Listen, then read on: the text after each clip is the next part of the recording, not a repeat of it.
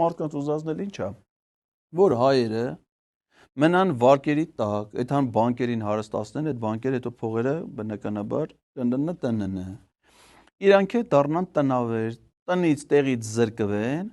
փողերը տանեն մուծեն այս աղբերներին, այս անուշ աղբերները փողերը տանեն տան թուրքերին, այն հայերն էլ դառնան տնավեր, Հայաստանից թողնեն գնան։ Աբրես։ Ասես չեք կարծում, որ դա տես կլինի։ Բա իհարկե կարծում են, որ դա գերել են, բայց չհասկացար ինչ են անում Պետրոս։ Մի կողմից բանակն են վերացնում, այսինքն ասում են ախպեր ջան, բանակ մի գնացեք, որ բանակ մարդ չգնա, դուք ձեր տները ծախեք, վարկեր վերցեք, ընկեք տոկոսների տակ,